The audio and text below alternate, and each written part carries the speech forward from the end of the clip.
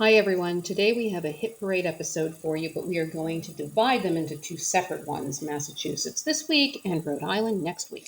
I still think this might be a little long. Oh no, it is not. It is going to be shorter than usual, actually. Okay, so that means I can do a quick mailbag question. Okay, what do we got?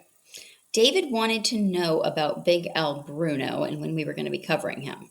Oh, so Springfield guys. I think that we're going to wait to do that until we get into Willie Grosso and those guys, so probably not to season 3. Okay, so now we know. All right.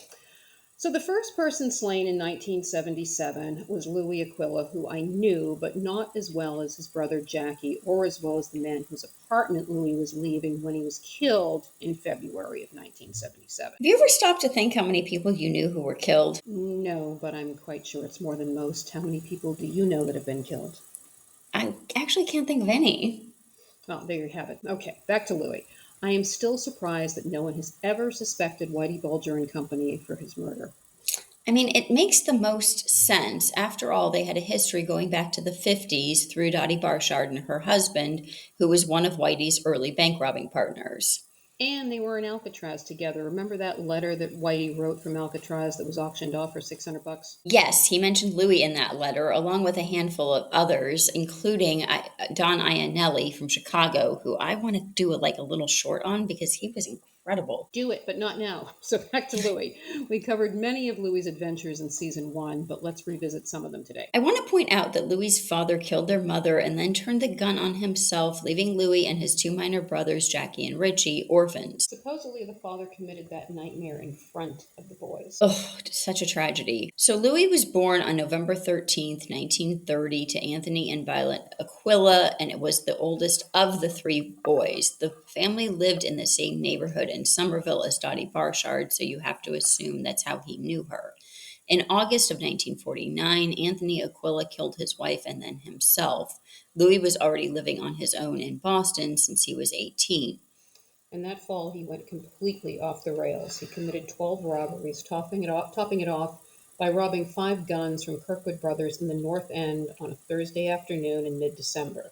He and his partner in crime fled to New York City, but after returning to Boston with empty pockets and checking into a motel room, the clerk got suspicious and called the cops. A search of the room revealed one of the guns that had been stolen a few days earlier, and Louis and his companion were locked up. He and his accomplice confessed that they were guilty of several robberies, including the holdup of Kirkwood Brothers and one holdup in the West End. When one of the victims failed to identify him in a lineup, Louis stepped forward and said, "Sure, I remember sticking up that guy. Don't you remember? I made you lie down on the floor while I grabbed the dough." He corrected another store owner who said that Louis and his companion had robbed his place on Parsons Street in Brighton. "Wait a minute, you're wrong. I remember your joint. It's on Brighton Ave." The victim agreed that Louis was right and he had misspoken. Louis was eventually sentenced to 12 to 15 years for the 12 robberies. Talk about self-inflicted punishment. Mm-hmm. Louis was paroled in July of 56, but had already been indicted for another robbery in Norton that he'd committed in October with his younger brother Richard, who would later go on to become a reverend. Just before noon on a Thursday, 2 men wearing a mask, the other with a hood over his head, robbed 2 bank employees at gunpoint. They parted ways in a wooded area in Norton, with one of the men exiting the getaway vehicle. Someone saw the license plate, which led the police to 20-year-old Richard Arquilla, but not Louis. The feds caught up with Louis and his new partners in crime in Minneapolis in late January of 1957.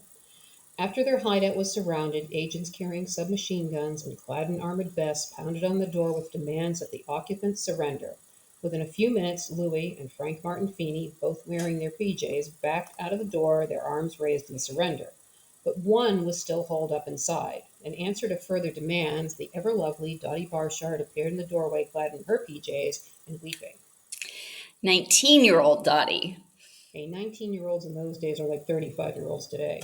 True, but still. Hey, you didn't tell your Frank Martin Feeney story. More like my aunt's Frank story, but we'll skip the personal tales. Okay. Bail was set at $25,000 each for the men and $20,000 for Dorothy. All 3 waived their rights to a preliminary hearing, which meant that they'd be extradited to Baltimore for the trial, and there was Dorothy blowing kisses to Louis as he was dragged away. About 30 minutes into the flight the following week, Aquila made a desperate attempt to hijack the plane. He had already attempted to thwart the U.S. Marshals by pretending to trip as they boarded the plane, but was quickly subdued. Louie quipped, "Well, you can't blame a guy for trying." No, you can't. And Louis made his next attempt when one manacled hand was released so the prisoners could eat lunch. He bolted from his seat, threw the lunch tray in the face of his captor, and lunged for the cockpit, brandishing the small table knife from his tray. But he was thwarted once again, this time by a stewardess who slammed the cockpit door in his face and locked it. Louis was quickly overpowered by two marshals. He said afterwards that he was trying to wreck the radio equipment. Back in Baltimore, the duo, who were once on the FBI's top 10 most wanted list, pled guilty and were sentenced to 25 years in prison each. Louis was sent to Alcatraz on February 9th, 1959, where Whitey Bulger joined him 9 months later. Like Lara said earlier, Whitey and Louis were close in Alcatraz. Feeney wouldn't arrive there for another 3 years, and he and Louis would be some of the last men to leave Alcatraz. And Frank only had to suffer being accosted by your aunt. Please, I heard him tell my father after she chased him from the house, "Your sister is harder than any guy I came up against in Alcatraz. I will never step foot in your house again." And I don't blame him, she was that bad. I bet. Well, Louis's end wasn't so lucky, and that brings us to February 1977 and the last day of Louis's life. So Louis hadn't been out of the can for long. I only remember meeting him a couple of times. His brother Jackie was a close friend of Dad's. My favorite memory of Jackie was the El Camino that he drove around in. For our listeners that don't know what an El Camino is, it's kind of a sedan thing with a flatbed like a pickup truck. And he had a Barco lounger bolted onto the back of that thing. And he worked the carnival circuit, so he had a rest because he had pins in his hips. So he would hop up on the back and sprawl out in the Barco lounger. But you don't remember why he had the pins in his hips? No, I want to say that he had them in there from his childhood, like some kind of an accident or something. So he was very Uh-uh. duck-footed. Oh. Well, I'm just imagining a Barco lounger in the back of an El Camino's, and I Oh, bet that was hilarious. it was great. And Jackie had a really fantastic sense of humor. He really was a character. And he had this kind of pot belly, and he always had a scally cap and his little curls coming out of the side. I also knew Louis because of my father's driver at that time, who was Johnny Nichols, and that was the apartment that he was leaving at Skyline Drive in Braintree when he was gunned down in the parking lot. A maroon car with a broken taillight was waiting for him when he exited the building. He was cut nearly in half with 4 blasts from a 12-gauge shotgun. The only thing witnesses recalled was hearing a man screaming, "Oh no!" And like we so often say, no one was ever tried for his murder, but I still think it was Winter Hill. I agree with you. He must have reached out to Whitey when he got out of the can thinking he could find a way to earn with him. And Whitey or one of them felt that he needed to be taken out. And no one ever copped to it when deal time rolled around because either they couldn't remember or it just wasn't enough to sweeten the pot for their deal. Yeah, I'm leaning toward not remembering C.B. Fleming. Yeah, me too. Anyway, the next murder looked like it was a gangland slaying, so we're including it. And it was that of 29-year-old Jack Monroe. His body was discovered by a passing jogger in Revere on March 24th. He'd been shot in the chest and in the back of the head. Now, there was a warrant out for his arrest at the time of his murder. He'd been involved in a Revere Beach bar fight on March 11th, where an 18-year-old boy named Wayne Bowie had been shot but not killed. According to eyewitnesses, Monroe, another man named Michael Hannaford, and Bowie had gotten into an argument outside of Billy's dockside around 1 a.m. The dispute resumed inside, and Hannaford pulled out a gun and shot Bowie with what authorities called a small caliber handgun. Hannaford and Monroe fled, and Bowie was hospitalized. Hannaford was arraigned the same day on charges of assault with intent to murder, but the charges against him were dropped the following month. A little over 2 years later, Hannaford was charged again, this time with the April 1978 murder of Francis Searle outside of Victor's Lounge in Revere. Searle had been found unconscious by some MDC cops in Revere Beach, bleeding out from multiple stab wounds. They rushed him to the hospital, but by then it was too late. The charges against Hannaford were eventually dropped, and he eventually died in a motorcycle accident in Arizona in October of 1980. And of course, Jack Monroe's murder was never solved. Are we going to wait to discuss Denny Litwin and Gerald Christie until next week because they were Rhode Island guys? Yes, so let's fast forward to early November when Robert McFarland was killed by Vincent Federico and Thomas Casale. Is Federico still kicking? I think both of those men are still alive. Okay, so on November 7th, McFarland was shot 5 times in front of 19 Stillman Street in the North End of Boston while he and 2 friends, Walter Hackler and James Theologus, were helping Lynn Russo move. According to witnesses, the trio was being harassed by 2 local guys. A fight ensued and 5 shots rang out. By the time the dust had settled, McFarland was found slumped against the wall. He was pronounced DOA when the ambulance arrived at the Mass General, which is located just a few minutes from where he was shot. Do you think it was just that simple? Look, there was a woman involved, and I'm going to sound like a total misogynist here, I guess, but every time there's a woman in the story, it's usually the reason why someone's getting killed in one of these stories. So for 2 hours, Hackler and Theologus were carrying boxes down from the 5th floor apartment. For folks not familiar with those buildings, they're super skinny with narrow stairwells, and the streets really aren't much wider. Sally and Federico were a nuisance, constantly blocking the doorways to both 18 and 20 Stillman Street. And Federico sometimes blocked the path of the duo carrying the boxes and spat on the sidewalk in front of them while McFarland was waiting in the van. Sally also spat on the sidewalk in front of Theologus, and both were busy swearing at the trio. Lynn Russo stated that she heard Federico tell Theologus, "Do you want to fight?" with Theologus responding, "No," and Russo pleading, "Please, just let us finish packing and leave here in peace." Hackler testified at the trial that Federico said, "You guys think you're tough. You want to fight?" And Theologus again said, "No." At 11:30 in the morning, Casale left towards North Station. Shortly after, he was seen returning with Joe Bruno and 2 others, marching in 2-by-2 formation towards Stillman Street. As they reached the corner of Stillman and North Margin, Federico joined their pack. Russa was in her kitchen cleaning up when she heard 5 loud sounds. She looked out the kitchen window from where she had a clear viewpoint of the playground.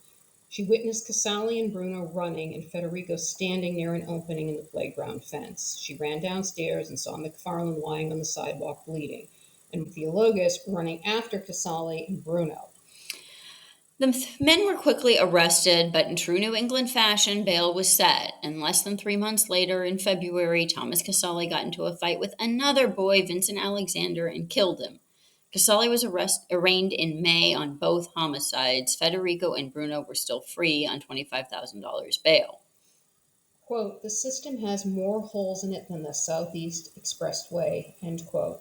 Mike Barnacle wrote in his Boston Globe column dated March 20th, 1978, and I am sure that this was one of the final cases that led to the Bail Reform Act. We'll get more into depth when we discuss the sweep that included the arrests of Jerry Angelo and Larry Zannino. So it was one of the first time that the authorities tried to retroactively apply it to a previous standing bail. Their trial went ahead eventually, and all 3 men were convicted of murder in the second degree and sentenced to life imprisonment. Bruno was released, but Federico and Casale were not. And we'll come back to Federico next season when we get into the 1989 making ceremony, since he was out on furlough at the time. Okay, and that brings us to the last homicide that we'll cover today, the murder of Giacomo Angelo Jackie DiFronzo on December 11th. And I think we should wait to give Jackie's backstory for when we discuss his brother's murder later this summer. I agree. So on the evening of Sunday, December 11th, there was a fire at 97 Endicott Street in the North End. It would be several days later before the coroner revealed that Jackie had been shot in the head prior to the fire being set. The building where the fire started was home to 12 people, including 4 small kids. Now, unlike the majority of the slayings that we cover in these stories, charges were brought against his killers. And it's really a twisted soap opera. I have to get this clear in my head. Pasquale G. Patsy Baroni was charged in the murder of Jackie, and he was lumped in there because of this broader set of charges. Vinnie Ferrara supposedly had it in for Jackie because he and his brother Joey had ripped off some of Jerry Angelo's card games in the North End prior to Jackie getting killed. The rumor was that the DiFronzo brothers had a nasty drug habit to feed. According to the tale, Jerry directed Ferrara to take care of the DiFronzos. Ferrara then enlisted the help of Peter Lamoli. On the evening of the 11th, Ferrara got in a beef with DiFronzo at the Endicott Street Club and then shot him in the head, followed by Lamoli kicking him in the head. After that, they propped him up in a chair and set the place on fire. And the aftermath was just as crazy. Anthony Dapper Corlito supposedly swore vengeance on Ferrara for the murder of DiFronzo, which led to Corlito being killed by Ferrara, Lamoli, and Baroni on July 21st, 1979. So we'll get into all of that when we do the hit parade of 79. I also want to mention that McFarland's killers, Federico and Casale, were also with Ferrara, and the DiFronzo brothers were also tight with Gaetano DiPrizio, who had been found floating in the Boston Harbor the year before on August 7th. And we didn't cover him in the hit parade of 76, but maybe we'll talk more about him when we get into Joey DiFronzo's slaying. The DiFronzos were also nephews of Adolfo Gravellisi, who was a big bookmaker in Boston, through one of his sister-in-laws. Yes, but I feel like we're heading down a genealogy rabbit hole, so we'll wrap it up for today. You got yourself a deal there. Okay, thanks everybody. Bye. Bye.